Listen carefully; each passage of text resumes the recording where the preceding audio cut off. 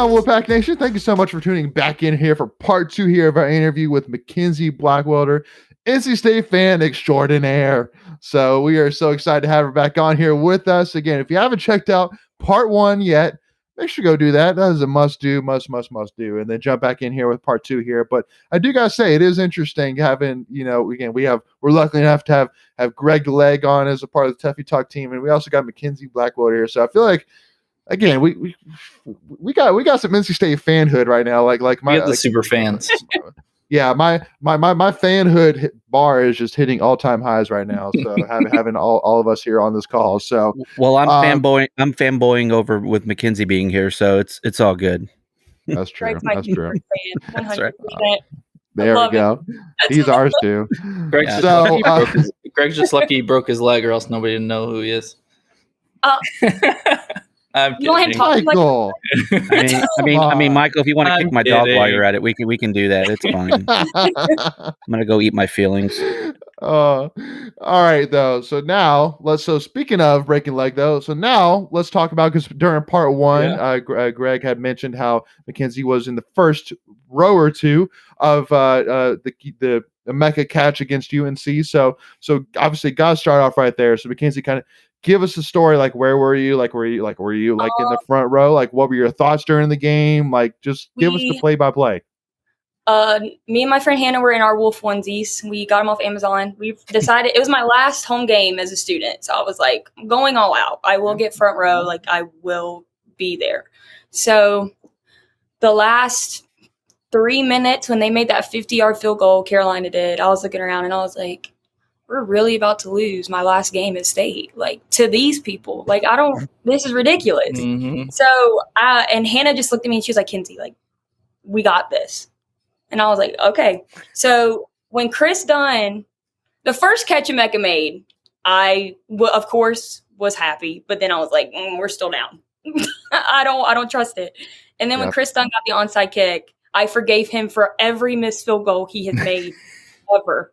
So that I was starting to believe in it. And then I was wanting us to run the ball the entire time. Didn't want to throw it. Wanted us to run the clock out. But that catch with the Mecca, there's a picture that's going around that I really want to get blown up. It's like right when a Mecca catches it, he's like looking up to the crowd, and me and Hannah, like, you can just see, like, we were about to jump the wall right there. Like, we knew it was Don't do it. We knew it was a win. So like, we were just, you could just see the emotion in our faces. It was crazy. But after the game, we did the same thing Greg did. Sorry, Tommy just went yard. Sorry. 3-2. We did the wall jump too. And the wall's way higher than it's pretty high. Than it looks. Greg knows. You ain't got to tell me. I got a rod and 4 screws in my leg. But it was a lot. But yeah, the Mecca catch right in front. That was probably one of my top moments at state, 100%. I almost want to get it blown up and just have you sign it. Meza was like the second part. Yeah. A Mecca, like, because he's literally high pointing the ball, and you can see Mackenzie and Hannah going. Yeah, like, it's really is like an all-time photo. I don't know who the photographer was that got that, but it was great. It was great. Yeah, and especially too, it's like, again, it's still just crazy to me though, like how, like, it'd be hard to argue any other season being as special as this past football season was. I mean, thinking about how literally we made a joke on things NC State fans never say, saying that, oh my gosh, they're letting us storm the field, basically saying that's never going to happen. Like, we've never been able to storm the field. We haven't been able to do that in, well over 15 years. So, I mean, it's not going to happen anytime soon. And obviously, happened twice. And it happened twice in one season. And also too, on top of it, like, I still remember to this day, like Clemson, like, seeing, like, again, all the police officers surrounding right beside the student section, like. And I always joke saying, like, it just takes like just a couple just to go, and everybody's going to follow, and they're not going to be able to stop everybody, and then they're just going to let everybody go. And so it was unbelievable, obviously. So, I mean, let me ask you this, Mackenzie. So Clemson, with how much was on the line, beating Clemson, how we haven't been able to beat them in so long. Obviously, revenge game for the missed kick back in 2016. For the fact that, at the time, for us to compete at the top of the AC, you had to get by Clemson. How big that game was compared to the win over UNC, obviously beating UNC, Sam Howell's last game, coming back like we did. Because it just by answering it, that's why I kind of had to set it up, because I had to kind of remind you how big that Clemson game was. So now, if you're saying all that, is UNC still in your head a bigger moment than beating Clemson? That's a hard answer, because I feel like anytime you beat Carolina, it's going to be top tier. Like you automatically are happy. Like you don't care what it is. It could be any sport. You're just happy. But I honestly think the Clemson game was the craziest. With Devin Carter's catch, I've never been in Carter Finley where it's been louder than it was that night. It was insane. I loved every minute of it. It still gives me goosebumps just from you mentioning that. Win. Yeah. Yeah. Mm-hmm. Yeah. No, it just, again, for me, it was huge. And again, Michael, sorry, I'll let you go after me. But yeah, again, it was just also huge because, again, it just spoke so much about the team in terms of the progression of the mindset that we always say that, again, teams have to know how to win. And that's just not, it just doesn't happen overnight. It takes time. It takes the right guys to come in. Like Clemson did not become Clemson that they are now without the Deshaun Watson, without the Mike Williams, without the Vic Beasley, without those guys. And for us to come back and find a way to win, even after Chris Dunn missing a kick like that was part of my just emotions coming out, which is because I was so proud of the guys that, again, they were able to say, Chris, we got you, brother. Don't you worry. We're gonna win this game. And because, again, when we lost in 2016, I still remember to this day that, when Kyle missed that, first thing went through my head is there's no even reason for us to play overtime. We're gonna lose this game. It's not even gonna happen. So, but go ahead, Michael. Yeah, I was just gonna kind of add on to that. From a program standpoint, I think the Clemson win was definitely bigger. But if you take all the context out of it and just compare the two, just the improbability of the UNC game was, crazy. Yeah, amen. I think the Clemson game is when everybody realized just how special this football team was. Yeah, because being friends with a lot of them, you're automatically biased, but the way that how close they are, it's I haven't seen it here before, and that was when I realized, I was like, dang, they're really going to be be it was the breakthrough moment. We hadn't done it. You know what I mean? And it's we were talking about, Jimmy V cutting down the nets every year before the season started. You see it happening, but until you physically do it, it's just a big weight lifted off of your shoulder. Amen. It's like living in a dream. That's what it was like. Because I was like, there's no way this is happening. There's no way this is happening. But yep. I'm getting goosebumps just talking about it again. Right? Same. I'm going to go watch the replay. Do it again. Let's do it again.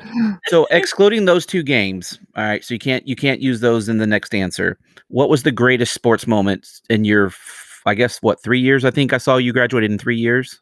Mm-hmm. Okay, so what was your greatest sports moment in those 3 years? I have two. Okay. Probably that I was there. I wasn't there, definitely women's basketball, 100%. Okay. But that I was actually in attendance would be the Clemson game where Braxton shot because that was one of my first games as a student. That was one of my first games. So to see PNC Arena just erupts like that, insane. And then definitely the Duke game, because I was one of the people chosen to get painted that game, and just sweet. That was a crazy night, beating them by 22 points. Those were definitely probably my top two, other than the football games this year. Yeah, no, absolutely. And so speaking of, now we can kind of transition over to basketball a little bit here. So I know that, obviously, you have an interesting relationship with basketball for sure. Won't get into that. You're trying to start stuff right now. No, I'm not. I'm not. Me and Kevin are on a better basis. I saw him at the spring game. My friend Hannah called him over, and he was talking to her, and I was like, "Can you please unblock me on Twitter?" And he looked at me and you don't shy away from shooting your shot. Oh my God. I wanted to know what was going on. I was one of the few people that still continued to go to PNC. You're amazing. I was like, That's amazing. I love this team, so please unblock me. And he looked at me, and this is how I knew that he knew who I was. He was like, "What's your name?" And I was like, Mackenzie, and he went, "How are you?" And he just shook my hand, and I was like, "Okay, I'm not getting unblocked." Oh my God. But he unblocked me the next day, so all right, okay, that's all better. Yeah. There we so go. if I can See jump what in, happens when I shoot my shot? yeah, no, you That's have amazing. to. I mean, you know what? That's It takes a lot of gumption. We'll keep it clean. Gumption to do that. I mean, a lot of people would just turtle, and they would talk smack on Twitter about it. But you actually went up and addressed the situation like an adult. Good job. Thank you. Mm-hmm. See, And, you're acting completely different than how my parents acted. They were like, why did you confront that man? And I'm just like, I wanted a reason. I bet he respected it. I bet he respected I think that's why he unblocked me. Yeah. I feel like he just was like, dang, this girl really is not gonna let this go. But here's the thing: and you said what you said, but you still supported the team, right? You still bought tickets or however. I didn't go to state, by the way, so I don't know how they do the allotments or whatever. But you still showed up when nobody was showing up. Yeah. So it was. It wasn't like it hurt because like one of my favorite people, Manny Bates, like a brother to me. I think once he got hurt, it was like you could just hear the deflation of PNC. So it was like we knew that it wasn't going to be like we wanted it to be, but it was. I felt so bad for the guys. Like I was trying to get people to go for senior day. Because friends would come in with bags on their heads, and I'm like, "Come on, y'all! Like these guys, like it's funny. Yeah. Like I get where you're coming from, but it's like these guys, like they deserve, especially like the seniors. Yeah, like Derek Cole. I just wanted, but there were more people on that senior day, but obviously nothing really happened. Well, we'll leave it at that. Right. Yeah, I believe that. Well, and again, because I want to clarify that obviously me bringing up is not me. I mean, it's just stating a fact. And then everybody knows, all state fans know what happened. And so it's factual. Like I'm not necessarily saying whether it's right or wrong, whatever it is. So it was what it was. Well, right. It is what it is. Well, I'm saying that more to if any NC State athletics people are watching this right now going, oh my gosh, why are they talking about that? I'm like, I'm just stating a fact here. Everybody, any. I love you, NC State athletics. I promise I respect you, all of you. Yes. But see, if we could go take a step back for a second, but it's your passion, and you wear it on your sleeve, and you back up what you say, right? Your actions definitely speak louder than a lot of people's keyboard warrior words. So in that respect, I respect it. Before we continue, I want to take a quick second to tell you about our sponsor, Flatlands Jessup Insurance Group, that has your whole world covered, with agents in 5 offices throughout Eastern North Carolina to help you decide how much coverage you need, offering policies for home and auto, recreational vehicles, commercial, crop, health, life, and employee benefits. They are able to combine options to find a comprehensive solution that works for you. Flatlands Jessup protects the things you love so you can spend less time worrying and more time enjoying them. Find them on Facebook and Instagram at Flatlands Jessup. You can also visit their webpage at www.flatlandsjessup.com. So please make sure to go and check them out. I got a lot of like hate from that. You did. I was like, whoa, like I was just saying to get a new playbook. Like I wasn't trying to start anything, but I was getting DMs from fans like, you're not a real fan, blah, blah, blah. And obviously that rubbed me the wrong way because I was like, look, not many people are going to be as passionate about NC State as me. But it was rough for a couple days. Like I logged out of Twitter for a couple weeks. It was like, dang, like these people really just, and you could tell it was from people that didn't know me. Yep. Because I could see it from the point of view where if you don't know me, you're like, this girl is like. A lot of people just don't know your true heart. Yeah. So they only see what they see. They don't see the real life Mackenzie. They only see the Twitter Mackenzie. And that's a bubble. And that's not a real bubble. Yeah, that's what I was going to say. It's like Twitter is not real life. And it's kind of just an outlet for. It was insane. Yeah. Yeah. And it's like, it's not like you went up to Coach Keats to his face and said these things. And it's not like. Yeah, exactly. And it's not like he came back at you and like banned you from PNC Arena. It's just like. Right. Yeah. Oh my God, I would have been heartbroken. Yeah. Well, I would've been heartbroken. and so I want to kind of have that conversation. I think that's an important conversation to have, and I think you're the perfect person, Mackenzie, to be a part of that conversation, because really that was one of the biggest, I think, topics that really came up on Twitter. Was not necessarily just like the basketball team and Keats, but just like hating versus being a fan. And it's because first of all, let me talk from a Tuffy Talk perspective. Obviously, one of the things we want to do at Tuffy Talk is, again, we want to be the guys pushing the glass half full, because at the end of the day, no matter what negative is going on, there's so much positive going on in NC State that way outweighs negative, and it's not even close. And because even still too, even no matter what, still there's still always a reason to be positive. But I mean, at the end of the day, for us, like with basketball, we'd be crazy not to admit that there's negative for sure. Can't talk our way around it. It's not that we are trying to be negative or trying to hate on Keats or the players, whatever it is, but just the end of the day, it's not working. Like, it's just factual. Yeah. Like, you can't ignore that. So, but at the end of the day, saying that there is a problem does not mean that you do not support. It does not mean that you are not a fan. It just means there is a problem, and you're just saying it. That's all you're doing. But at the end of the day, like, if you're just sitting there being like, oh, things are really good right now while we're at the last place in the ACC, it's like, okay, yeah, well, come on, like let's be real here. So I mean, kind of talk a little bit about that, because I mean, again, just like you said, at the end of the day, there's nobody that supports NC State more than you, but it's a fine line of that. To me, it's that it can't get personal with, like, it should not be about the players. It should not be calling them out saying you're not trying or you don't care. Like, listen, I mean, anybody who knows what these athletes go through on a daily basis in terms of balancing the student life and balancing competing, against some of the best, players that college basketball has to offer in the ACC. It's a lot. I mean, it's a lot. It is a huge time commitment. It is a huge, I mean, it's a drainer for sure. And so it's a huge balance. So, I mean, what are your kind of thoughts on it? Because again, that's really kind of where my head's at in terms of where the line is for me. And so I kind of want to get your thoughts on that. I am a very half, like you said, glass half full type fan.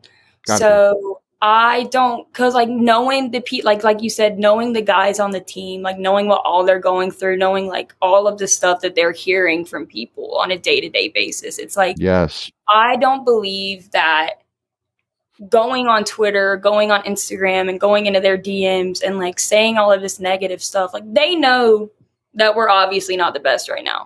They know that we're obviously struggling. So as a fan, because I heard one sentence from one of the players like a while ago, and it just like really hurt. It really rubbed me the wrong way. They said that they hated State fans because they're fans one day and then they come That's at you. Terrible. And terrible. I'm like, right then I was like, see, no, like those aren't real State fans. Block them. Like No. I believe that they know the struggle. They know what they're going through. As a fan, you need to be hyping them up. Yeah. Like, don't tell them the obvious, obviously. Don't say, oh, yes. God, like, oh, they're playing like crap. Yeah, your jump shot stinks. Everybody plays like crap, at least, like, every day, like, a lot. So it's like, just pointing that out to them not only tears their self-esteem down, but it also pushes them farther away from, like, wanting to be around the fans and wanting to be a part of the fan base. Or just, not even that, but just being a part of NC State. Exactly. Period. Exactly. Right. Yeah. Yeah. And it's just like, and then fans that go on to talk about how if they do leave and then continue to tear them down, I'm like, look, like I might be biased, but I mean, when they came to this program, I was like, they're still a part of the Wolfpack to me. So it's like, you just hype them up. That's all I say. I don't like seeing people tear them down.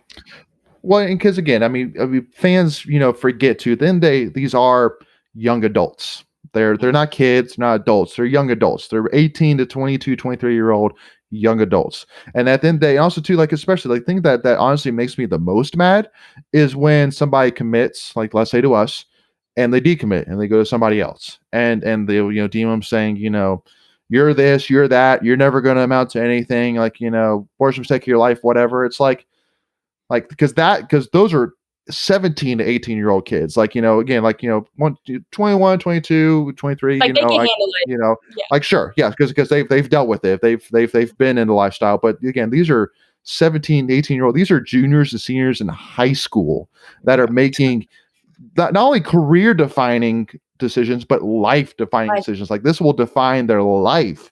And they're just doing the best they can. Because again, I mean, like, you hear some of these stories, like, one of my favorite documentaries of all time is The Best Who Never Was, I think is the name of it, but it's about Marcus Dupree, the running back that went to Texas.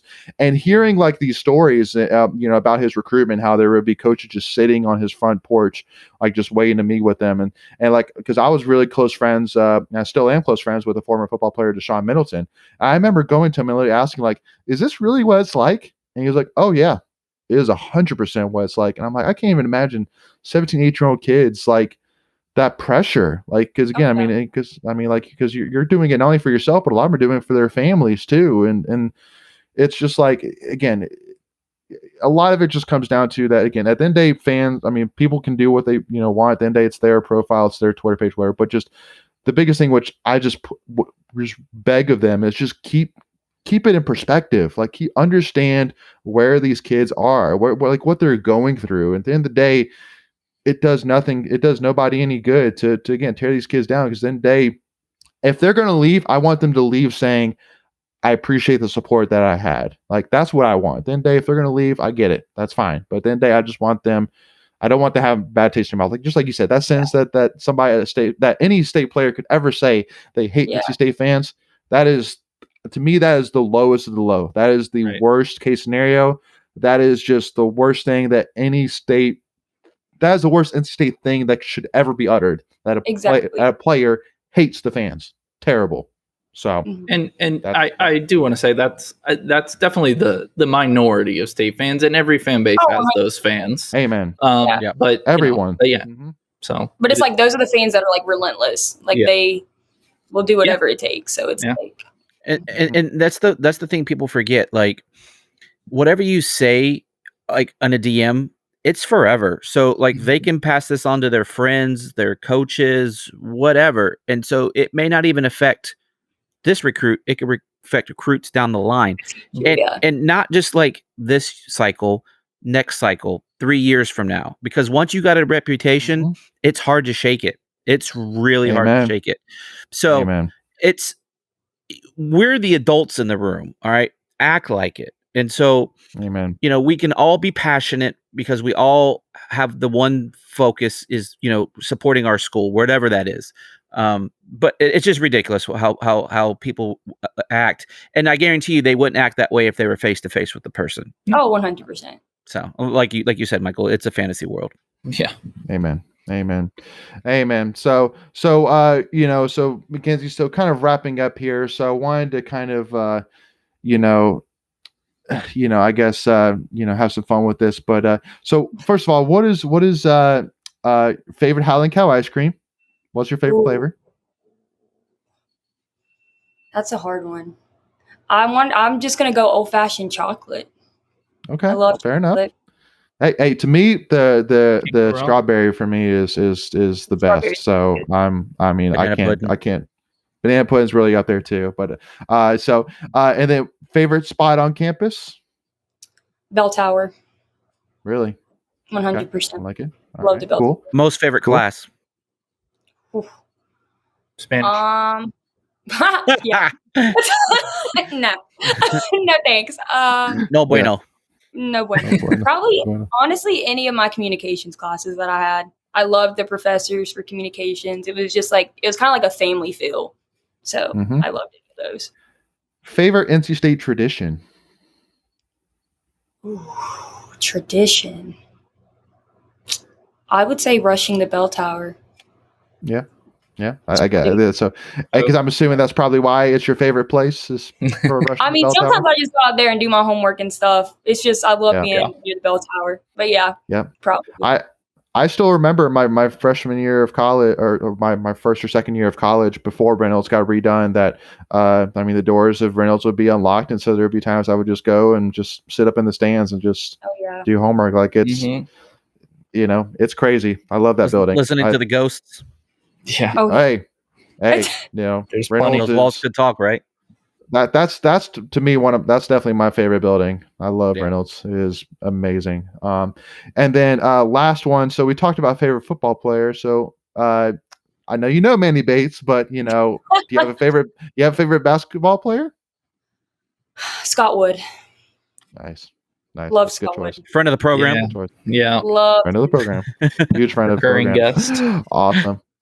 Well, Mackenzie, thank you so much again for coming on. I really do appreciate it. Oh. We are thrilled to have you, and you've Thank been you so amazing. So, you. definitely, and best of luck. And we know we don't have to tell you to, you know, come back and visit and all that jazz. You know, we know we don't have to tell you that. So, Oh, no, not at all. I'll be so here. good deal. Well, thank you all so much again for joining us. Really do appreciate it, and I hope you all enjoyed this episode. Make sure again, if you haven't already, hit that subscribe button so you don't miss out whenever we release NC State content. Give this video a like so that way YouTube will put this video in front of more NC State fans. And also to give us a follow, Tuffy Talk Now on Twitter or Instagram. And also too, if you haven't checked out our newsletter yet as well, make sure to sign up for that so you do not miss out whenever we release it every Monday morning, so that we get all the news and updates of what's going on with NC Athletics. But hey, as always, go Pack, y'all. We'll see y'all soon.